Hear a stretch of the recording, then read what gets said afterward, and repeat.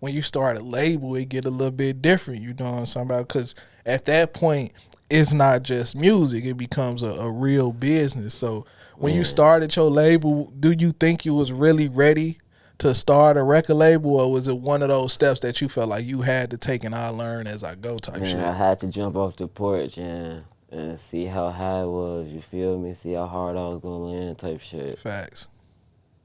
So what would you say has been one of the hardest obstacles you face being an artist and a label owner?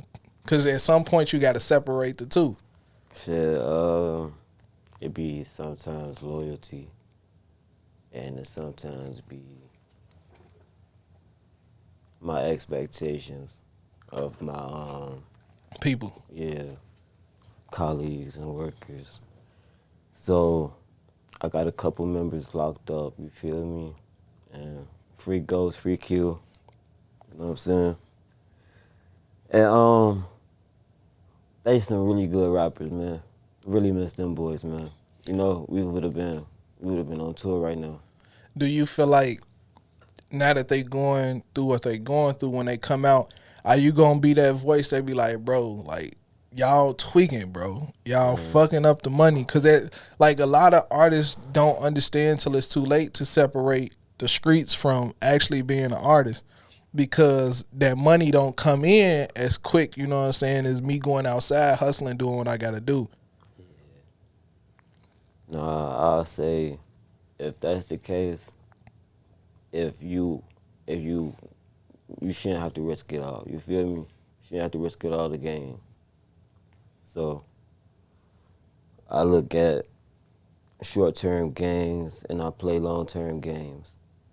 You feel me?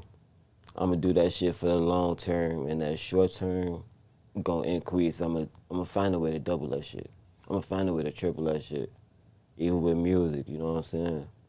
So find a way to fund my music career.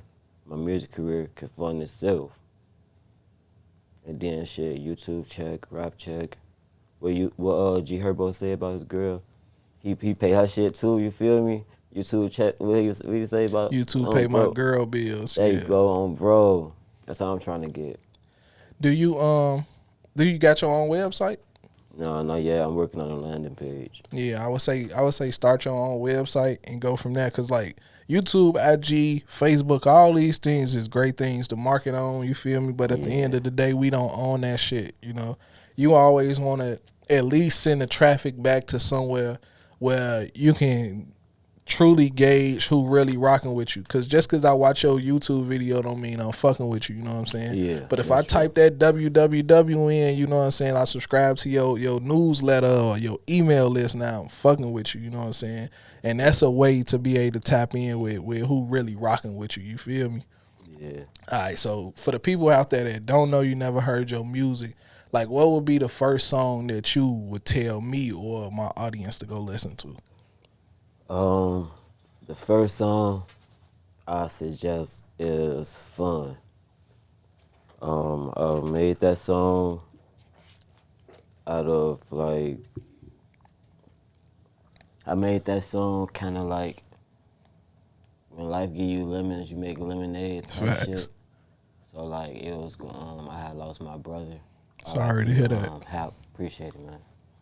No sleep. Hap had passed away. Um, I was working with him through like my like whole rap career. Oh, I forgot to mention I was making beats too. Come on, bro. What don't you do, my I'm a man? producer. I was making beats Did you start making beats before you actually started the before I rapping? started rapping. Okay. No sleep. Half the reason why I rap. I always ask people, how the fuck do you just start making beats? You know what I'm saying? Because that ain't no normal shit. You know, no normal kid be like, man, I want to make a beat. You know what I'm saying? Like it had to be something that drew you to it. Then it had to be something that made you fall in love with that shit to actually even learn it. Cause that shit not easy, bro. So So what was that point for? the thing that drove me to it was like my family doing music so much, how everybody toured and stuff.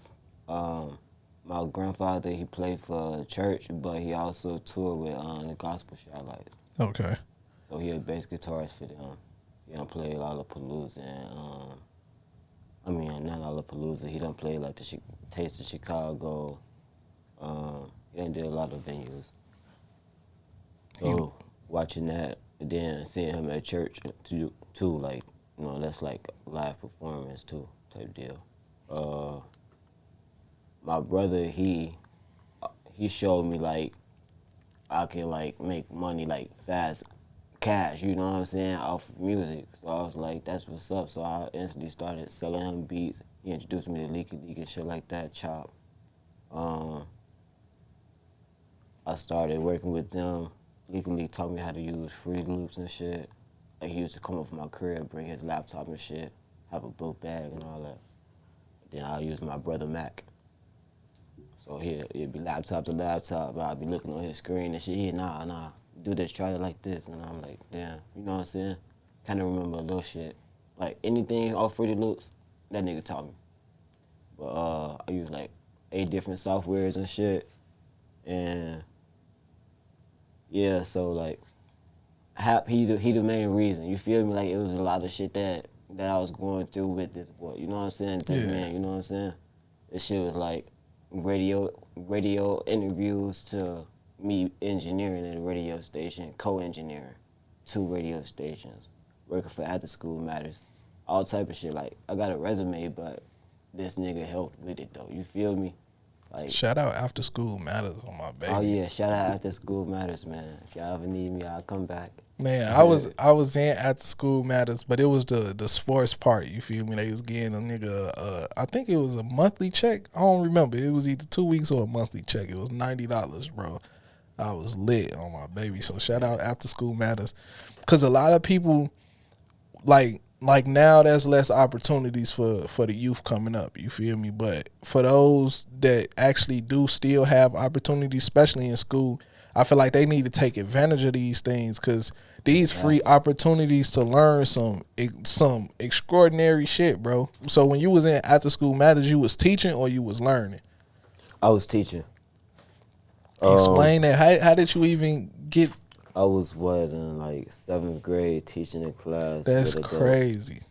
I was in a radio station also at the same time. So like I was doing the radio station probably twice a week on the weekends, and weekday school, after school, another job. Bro, you say you was in 7th grade, bro. At some point, like, nerves got to come in. You got to be nervous to be doing all this shit at a young age, bro. 6th grade, I performed for Michael Jordan's mom. After that, It was over with. it was weightless. Oh, my It was baby. weightless. I met my idol's mother. My mom was there. My grandmother was there, and she told me keep going. And I'll never forget them words.